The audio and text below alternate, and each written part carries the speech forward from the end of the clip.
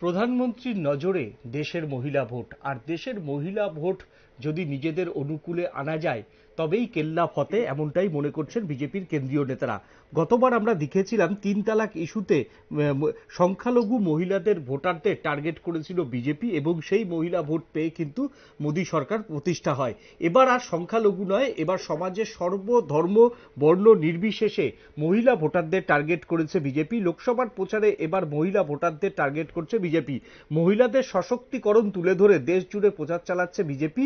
রাজ্যেও চলছে মহিলা মোর্চাকে সামনে রেখে বিজেপির প্রচার অভিযান কর্মসূচি।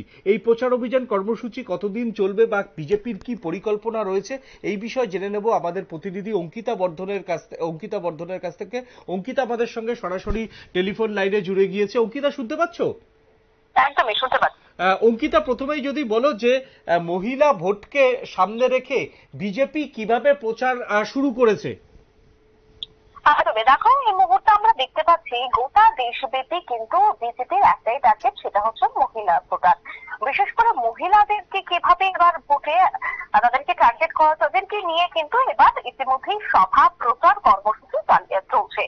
আজকের কথাই যদি বলি, এখনো পর্যন্ত যে খবর রয়েছে তাতে দেখা যাচ্ছে যে প্রধানমন্ত্রী নরেন্দ্র মোদী তিনি এখন ভার্চুয়ালি মহিলাদের সাথে, অর্থাৎ এসএসসি গ্রুপের যারা মহিলারা রয়েছেন তাদের সাথে ভার্চুয়ালি কথা বলছেন। ইতিমধ্যে গোটা দেশের যে সমস্ত বিজেপির মন্ডল অফিসগুলি রয়েছে সেখানে কিন্তু এখন চলছে ভার্চুয়ালি কথা, অর্থাৎ মত বিনিময় করছেন প্রধানমন্ত্রী নরেন্দ্র মোদী। তার সঙ্গে দেখা গেছে আজ রাজ্যের বিভিন্ন মন্ডলেও প্রধানমন্ত্রী নরেন্দ্র মোদী তিনি ভার্চুয়ালি কথা বলছেন। সেখানে বিভিন্ন মন্ডলে মহিলারা, যারা এসএসসি গ্রুপের মহিলারা রয়েছেন, তারা জমায়েত হয়েছেন এবং প্রধানমন্ত্রীর বক্তব্য শুনছেন। কিছুক্ষণ আগেই খবর এসেছে যে ৮ টাউন বটতোয়ালি বিধানসভা কেন্দ্রের যে মন্ডল অফিস রয়েছে সেখানেও প্রচুর সংখ্যক এসএসসি গ্রুপের মহিলারা তারা একেবারে সকাল ১১টা থেকেই মন্ডল অফিসে গেছেন এবং সেখানে বসেই তারা প্রধানমন্ত্রীর বক্তব্য শোনার জন্য উপস্থিত হয়েছেন। এই মুহূর্তে প্রধানমন্ত্রী ভার্চুয়ালি ওনার বক্তব্য রাখছেন কিভাবে লোকসভার প্রাক মুহূর্তে মহিলাদেরকে সশক্তিকরণের সহ একাধিক বিষয়কে তিনি এবার হাতিয়ার করে বক্তব্য রাখছেন। বিশেষ করে এই যে লোকসভার আগে রাজনৈতিক রণকৌশল তা কিন্তু নির্ধারণ করে নিয়েছে, বা কিভাবে মহিলাদেরকে নিয়ে এবারের প্রচার প্রসার করা যায় তার জন্য কিন্তু ইতিমধ্যেই বিজেপি তাদের রণকৌশল ঠিক করেছে। আমরা যদি গোটা সপ্তাহের কথা যদি ধরি, একেবারে এই সপ্তাহের প্রথম অর্থাৎ সোমবার থেকে দেখা গেছে রাজ্যের বিভিন্ন জায়গায় ম্যারাথন কর্মসূচির আয়োজন করা হয়েছে। তার নাম দেওয়া হয়েছে শক্তি বন্ধন কর্মসূচি।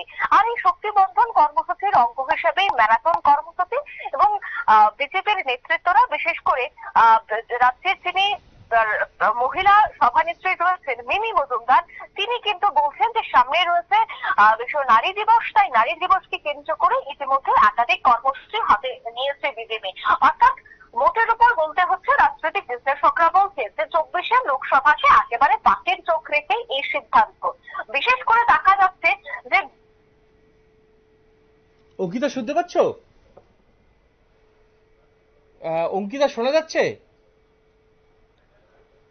অঙ্কিতার সঙ্গে সরাসরি এতক্ষণ আমরা ছিলাম। আবারও অঙ্কিতার সঙ্গে যোগাযোগ করার চেষ্টা করব। হয়তো টেকনিক্যাল কোনো কারণে অঙ্কিতার সঙ্গে যোগাযোগ আমাদের বিচ্ছিন্ন হয়েছে, তবে অঙ্কিতার সঙ্গে আমাদের যোগাযোগ বিচ্ছিন্ন হলো, এই জন্য আমরা দুঃখিত। হ্যাঁ, লোকসভা ভোটের প্রচারে মহিলা ব্রিগেডকে এবার নামিয়েছেন প্রধানমন্ত্রী নরেন্দ্র মোদী এবং মহিলা ভোট যাতে নিজেদের অনুকূলে আসে তার জন্য কিন্তু বিভিন্ন প্রচার অভিযান কর্মসূচি দেশ জুড়ে নিয়েছে বিজেপি। ব্যতিক্রম হয়নি এরাজ্যেও মহিলারা কিন্তু প্রত্যেক দিনই বিভিন্ন কর্মসূচিতে তারা যাচ্ছেন এবং মহিলা ভোটকে যাতে যাতে মহিলা ভোট যাতে বিজেপি পায় সেই চেষ্টাই কিন্তু করছেন বিজেপি নেতৃত্ব। এখন নিয়ে নেব ছোট্ট একটা বিজ্ঞাপনের বিরতির পর ফের ফিরে আসছি আমরা অন্য কোনো খবরে।